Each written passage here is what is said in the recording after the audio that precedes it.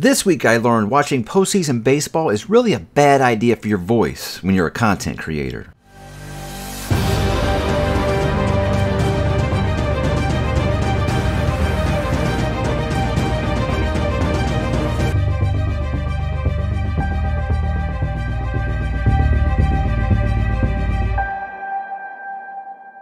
Hey, what's up, bookworms? Mike back with another weekly update, the 1st of November of 2022, guys. Crazy week, as I kind of alluded to there. I was up really late last night with a kid.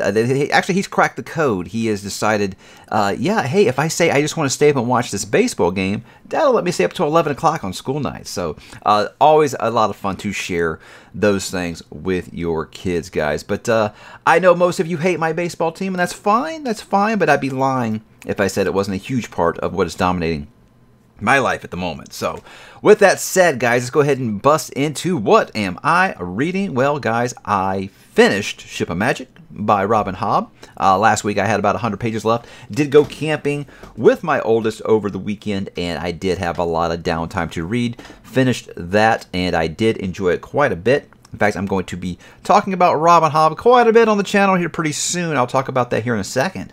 But yeah, Ship of Magic, I don't want to repeat what I've said the last 3 weekly updates, but yeah, liked it quite a bit.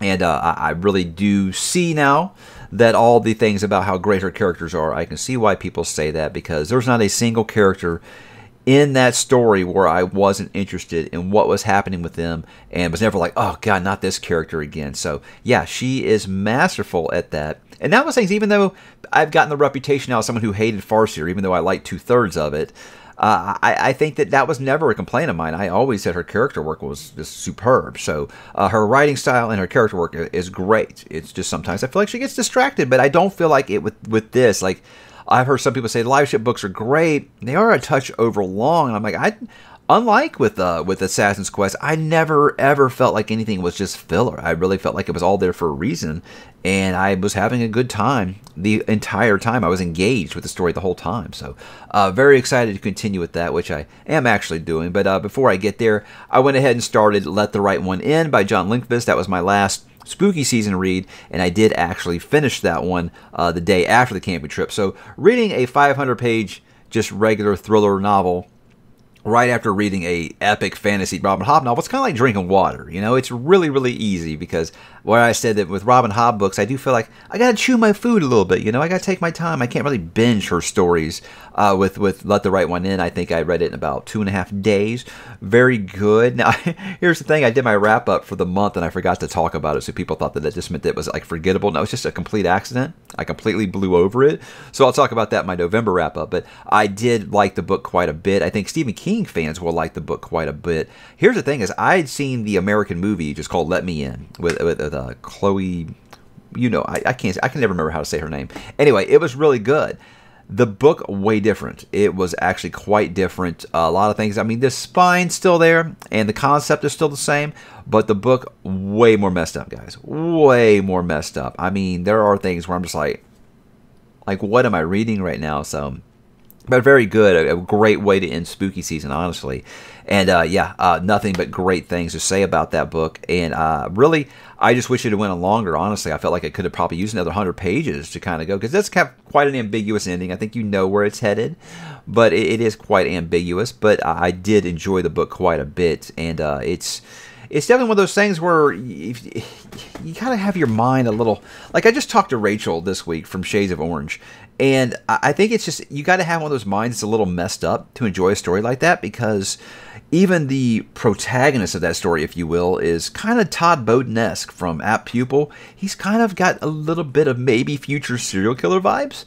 So I think you get a lot of that with Oscar in that story. But again, I think it is a very good book. And I think the concept is just something really neat. So I think that Stephen King fans will like it quite a bit. You'll feel right at home, because it does feel like an idea that he could have come up with. And then, guys, I did like planned, and I started Mad Ship. And what do you know? I think so far it might be better than Ship of Magic, because you're exploring the world a little bit more. You're going up to the Rain Wilds, and you're visiting some of the Cooper's characters and stuff now. So I'm almost at the halfway point of that already. And I'm having a great time in this world. I think that Captain Kennett might be one of my favorite antagonist of a series since like Sandan Glokta. And what I mean by that is he's not a very nice person. He's doing really despicable things. But I'm looking at what he's doing, and I'm like, I can't really disagree with any decisions that he's making right now. So I really feel like it's one of those things where if it wasn't written from his point of view, you actually would think he might be somewhat of a protagonist. But since we get to see his internal thoughts, we can see, no, this guy's quite despicable. He's almost a monster. But I'm really vibing with him. Really, really well-written character. And I think she's just rocking it. She's just kicking ass with this character. And I love getting POVs from a villain. I think that's just such a great twist. So, yeah, guys. I mean, halfway through the Live Ship Traders trilogy right now. I forget who. I think it was Crow actually on my Discord who said it might not have been. I forget who actually said it because I don't think Crow's reading it yet. Anyway, someone said, "Oh, I'm just hoping it isn't like Farseer where the first 2 books are good and the third one lets you down." I was like, "Why would you say that?" But I've heard most people say Ship of Destiny is their favorite one, so we'll see. I am very, very positive on where it's headed. I love where it's going right now, and like I said, going to be talking a lot about Robin Hobb very soon, guys, but that is everything I'm reading. Let's talk about a little bit what I'm going to read. Now, obviously, I'm going to continue Mad Ship. That is the goal this week, is to finish that book. And then, guys, before I get to Ship of Destiny, I will be stepping back into the multiverse and doing a little Desperation by Stephen King. This is one I don't have... I have memories of it, but here's the thing, is this came out the same day as The Regulators, which was him writing as Richard Bachman. Now, my memory is that it's kind of the same story, but it was like this is the story if it was written by Stephen King, and this is the story if it was written by Richard Bachman. And that's just kind of what I remember. Now, I remember that I like one of them more than the other one.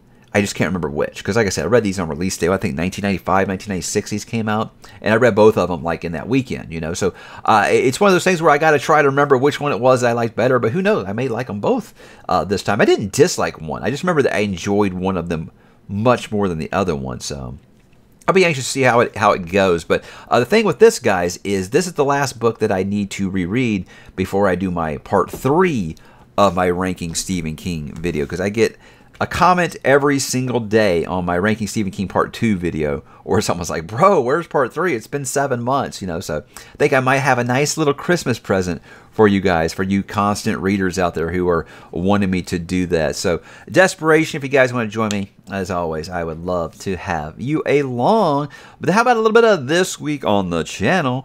I did do a Halloween video, which I thought was going to be a neat idea. I thought, hey, this is a really cool one to drop on Halloween Day. It really fits the mood. It's a very, very popular book, and kind of flatlined. But I did do a review of Scary Stories to Tell in the Dark by Alvin Schwartz, the art by Stephen Gamble, the very famous art by Stephen Gamble. That's just a book that really was important to me growing up, because that was my gateway to horror fiction. Like, I'd watch all the horror movies and stuff, but I never touched a horror book until that one. Huge touchstone for my generation that just brings back so many memories of, elementary school. And should we be allowed to be reading this book? That art is legendary. The stories are fantastic. And it's something that still works. I'm passing it down to my kids. I've scared the hell out of them with it. But really, that was more of a nostalgia trip than a review. I get that. I did try to kind of examine what made that book really important to me in that review, and why I think it's a great gateway to horror for younger readers. It really, really is, because it's one of those things, like I said, that art has never, ever left my memory. And yeah, it's something I always hold very dear, and I wanted to talk about it. Thought that'd be a nice Halloween treat. I mentioned I did talk to Rachel from The Shades of Orange. That was meant to be our October talk about nothing, but she got sick, I got sick. Everyone seems to be getting sick. It's a really rough cold and flu season this year in the States, but it's fine. We got it up on November the 2nd, so I think it still counts. And it doesn't matter. Anytime I get to talk to Rachel, I think it was going to be a blast. Someone that I've actually, since I've been doing this, I think hers was the first horror channel that I found outside of the horror show with Jaime and Fuego. That was the first person I found that talked specifically about horror books. Now, she does a lot of sci-fi and stuff as well. But yeah, great channel. If you guys are wanting horror, I think she is the best on the tube to do it. And I think she's a lovely human being. I think she's just an awesome person. I love talking to her. And it's one of those things, like I said, when I talked to with Leslie from The Nerdy Narrative, it's like I feel like we've always been constant communication the whole time I've been doing this, but we've never collaborated. So I'm sad it took that long, but I'm excited. But you guys, please check out her channel. She's about to hit 20,000 subs. I'd like to see her get there. So check her out. I think you guys will really enjoy her takes on sci-fi and horror. She's really, really awesome. And then I did my wrap-up on my book of the month for October. Like I said, I forgot to mention Let the Right One In, but hey, sometimes these things happen. This is why I make bullet points. I don't have like notes or anything, but I'll make some bullet points so I remember to talk about it. And I did make a bullet point for that. I just glazed right over it. It happens sometimes. And it's one of those things where like when I'm editing it, I'm like, well, I'm not going to set everything back up to record that 1 minute. But honestly, with that one, I didn't even remember that I skipped Let the Right One In until someone brought it up in the comments. Like, oh my God, how did I forget to talk about that? But anytime you can do a nice little wrap up, it's always a lot of fun, I think, to kind of examine what all you did over the month and everything that you read. And then, of course, picking the book of the month is always a lot of fun. Was a really close race this month, but, you know, I don't think that anyone's a constant watcher of the channel would be surprised with what I did pick for the month. But, yeah, another fun month, another spooky season down, and I'm having a great time keeping that tradition going. And I hope you guys will jump on board with it. You know, if we make it through year 4, you know, that's always the hope here on the channel. How about a little next week plans, guys? Now, I keep teasing that I do have some Robin Hobb plans. Now, I did put up a poll recently saying, how would you guys want me to cover this series? Because I said what I did with Farseer is I plan on just doing Assassin's Apprentice. And, you know, I don't usually do sequel books, but the coterie of Hobb fans really wanted me to talk about each individual book. So I did that. I wasn't sure I was going to do that with this series. So I put up a poll saying, what would you guys prefer that I do? Yeah, I just hit myself in the eye with a bookmark. That's talent, ain't it? But I put up the poll asking what you guys want me to do. Do you want me to do each individual book? Do you want me to do like the trilogies or the quartets as a whole? How do you want me to do this? And it does seem like it's somewhat of a close race. About half of the audience wanted me to do the series, and the other half of the audience wanted me to do individual reviews. Now, here's the thing. I have already recorded a review for Ship of Magic. I wanted to do that before I started Mad Ship because I don't want anything to influence where I was at with that. It's a little different than other reviews because I do kind of talk about individual characters.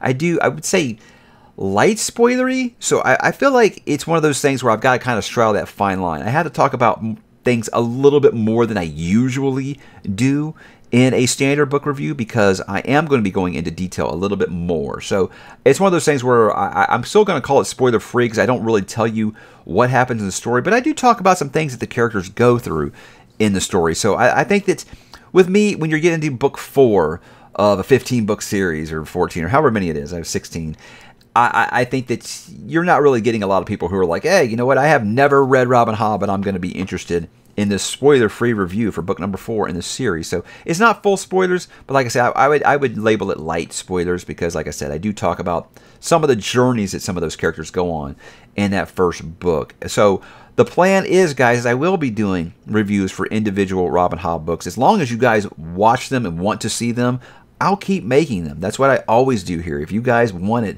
that's what I'll do. I want to make my audience happy, but it's not enough. People said, well, we want like spoiler talks. And what I said was, I'm never, ever going to go back like I did with Wheel of Time, guys, or Dresden Files, where I just do beat by beat spoiler talk of the entire book because it's so exhausting and people just want you to be the Cliff Notes, and I don't want to be Cliff Notes guy. I don't want to do that, but I have found a compromise. What would you say if I'm putting together a team? So I have discussed some things with a panel of Hobb devotees, if you will, about getting together after I finish each one of these trilogies or quartets and having a discussion, a spoiler discussion about each series. So I've got an announcement about that coming up sometime this week, and I will actually get into that a little bit more. So I will have a Ship of Magic review, and then I will have my Robin Hobb plans kind of revealed. Everything that I'm going to kind of be doing in detail. Just a quick little video to kind of do that and announce who that panel is going to be. So it is going to be 5 of us, which is going to be bigger than I usually don't like to go over 4, but there was 4 people that I said I really wanted to have involved with this because they were instrumental in me reading more Hobb, and I want to get their opinions on these things. And I can't wait to talk with them. It's going to be really, really great. So I'm excited about that. I'll be doing my October 2022 book haul. That's always, like I always say, it's a fun video to do because I get to thank you wonderful people for sending me things. I get to show some of the things that I was very irresponsible with and bought on my own. And of course, just get to show off awesome books, what they look like, how they match, all those fun things. I don't think I need to explain to you why book hauls are a lot of fun for me and seemingly for the audience. And then I was thinking about doing some season 1 reviews of Rings of Power and House of the Dragon. I know it'll be later than everyone else, but I like to have a little bit of time to marinate. I still haven't watched the last episode of Rings of Power, so I want to try to do that this weekend, and that way I can give a full disclosure about how I feel about the series overall and try to be level-headed about it. And I think if you guys haven't had the time or, care to watch, an hour discussion for each episode of House of Dragon, I understand that, but if you've watched those, you probably know how I feel about House of Dragon. But I'll do my standard season review like I did with The Sandman or something like that. Sandman got renewed for season 2, by the way. Awesome. But yeah, that's the plans really for this week. House of Dragon, Rings of Power, book haul, all of the fun stuff. I know I did not get that video for Mike's Media Reviews out this week. Just like I said, playoff baseball has really dominated my evenings here. But you know what? That will all be over this weekend one way or the other, and I'll be back to being a public servant once again. But guys, let's close this out by talking about a little TV and movie talk. Now, I have to begin this talking about Henry Cavill and The Witcher. Now, I wanted to get this out earlier because I had lots of opinions on it. And a lot of the things that I thought already are kind of trying to come out. Henry Cavill's such a gentleman, he's never just going to come out and be, ugly about it. But to me, I can see why they're going to kind of try to hide behind, oh, well, this is because he decided to go back to be Superman. That's why he's leaving The Witcher. I don't think that's it, guys. If you know anything about Henry Cavill, he adores the Witcher books. And one of the reasons he said that he was doing it is because he wanted to be part of a faithful adaptation of this story. Now, if you watch season 2, they started to stray quite a bit. The rumors are season 3 is going to stray even further from Andrzej's books. So here's the thing, is I said on our last House of Dragon live stream that I felt like they were going to lose Henry if they didn't start following the source material a little more. And literally 2 days later, the news comes out that he's quit. I think people underestimate how big of a fan of those books that he is. And I think that he doesn't feel good about being part of an unfaithful adaptation of the story. So I really believe that's what it is. Look, Warner Brothers has been a disaster from go. I mean, it's been 13 years since Man of Steel, for God's sake. It's taken him this long. I doubt very seriously he was like, oh, I get to be Superman again? I'm just going to drop everything, even though how indecisive Warner Brothers is, just to go play Superman again. That's not it. I really believe the creative differences and all those things above. And this is just another case, guys, where I feel like the writers for something just think that they are above the source material. It's like I always say about Stephen King adaptations, is that you have this saying where you get screenwriters that believe they're a better writer than Stephen King, so they change things. Newsflash, you're not a better writer than Stephen King. So it's the same thing here. You're getting a lot of these new age screenwriters. I mean, the story did come out about how they actively hated the games and they disliked the books. And I'm like, why are these the people working on this show? And it's just people thinking that they're above the source material. They're above the actor. They think that people are there for them. And you guys underestimate, again, how big a fan of the books that he is, how big a fan of people, of Henry Cavill that people are.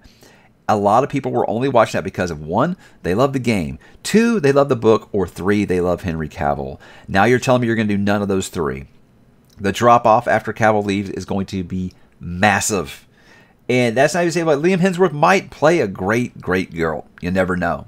But the drop-off is going to be massive, guys. A lot of people were there just for Henry. And if you're already going away from the source material too, you've already lost that faction of fans, which is huge, by the way. It's just malpractice all the way around. It's just, you had the potential to be a humongous hit, and you just kept screwing around for God knows why. I mean, you have the roadmap. And this is the thing I'm saying. You're starting to see the pushback on stuff that is really unfaithful. A lot of people are like, oh, I don't need a page-for-page adaptation. Sure, you might not. But you know what? It needs to be recognizable. It needs to still be the story. And a lot of these things that are not doing that are getting a lot of pushback. Now, you've seen the fan backlash with Rings of Power. You've seen the fan backlash now with Witcher. And why do you see all the embracing of House of the Dragon? Because it's following the source material. I don't know when we got to this point of, well, we got to make it our own. No, you don't. No, you don't. The fans are coming because they love the source material. And again, you don't even have to do it page for page, but make it recognizable. Be respectful of it. And I don't feel like the Witcher showrunners are doing that. And I'm saying that as someone who's not even married to the Witcher books. I haven't even finished them. So, I don't know. It just seems like a bad business plan, as always. And I just hope they don't start doing like Lucasfilm does and starts blaming the fans. So, there we go. There we go. I did see the Avatar trailer. To me, yeah, it looks whatever. It looks a lot like the last one. To me, guys, it's just the CGI thing. It's just, no matter how impressive it looks, and it does look impressive. It does. It still looks fake to me. It's just like with the video games. We're like, oh, it looks like a real-life movie. No, it doesn't. It still looks like a video game. And no matter how good a video game looks or how good a CGI human looks, it's still going to look like a CGI human. So it's just hard for me to really escape into that. Now, however, I will say I learned the last 3 releases he's put out not to doubt James Cameron. As far as like success, you want to talk about the writing or any of that stuff, that's fine. The criticism's fine. I'm saying as far as being successful, no one has got anything on James Cameron. So I'm not going to doubt him. I'm not going to doubt him. The movie will probably be a hit. It's just I'm not super overly excited about it. Yeah, my kid wants to see it because he did like the first one. So yeah, we'll probably check it out in 3D. So there we go. I'm part of the problem probably. But again, I don't have a problem with James Cameron. I think he's one of the greatest filmmakers of all time. And like I said, I've learned not to doubt him. But as far as the trailer, yeah, it's fine. It's fine. Looked like about what I expect, you know. So here we are. Before I go, guys, I do kind of want to talk about that Mike Flanagan cannot stop talking about The Dark Tower by Stephen King. Now, he said many times in the past that is his holy grail. That would be a dream come true for him to get to adapt that, be it either long form or movies. He just wants to do it. And the fact that he can't stop talking about it makes me think it's still a possibility. And that, to me, is on the same dream level for me as Denny V doing Dune. After I saw Arrival, I was like, man, that would be the perfect guy to do Dune. And then like a couple of days later, it was announced. I was like, oh my God. With me is Mike Flanagan just gets Stephen King. And I think him doing Dark Tower would be absolutely amazing. And he's got such a great relationship with Netflix now that I think that when Amazon's rights for Dark Tower expire, because they do have the rights and they did film a pilot, they didn't pick it up. I've got to think that expiration is coming soon. It's been almost 2 years now. I'm thinking he's in Netflix's ear about we need to get the rights to Dark Tower. So I really think that might be in the discussion. And the things with that is you read this interview that he gave, and he's saying all the right things that I want to hear. He's talking about how he wants to be super faithful to the books until they got meta. He wants to kind of take out the meta stuff and keep it, in its own like self-contained universe. And that to me is magic to my ears because that's the stuff I felt like really spoiled the end of Dark Tower for me.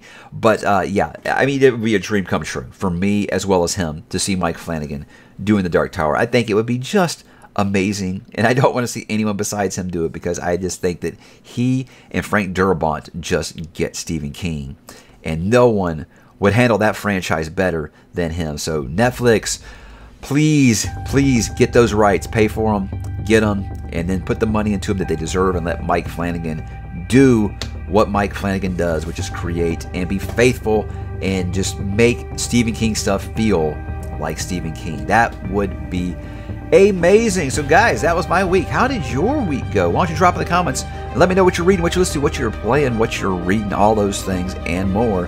And have yourselves an awesome weekend.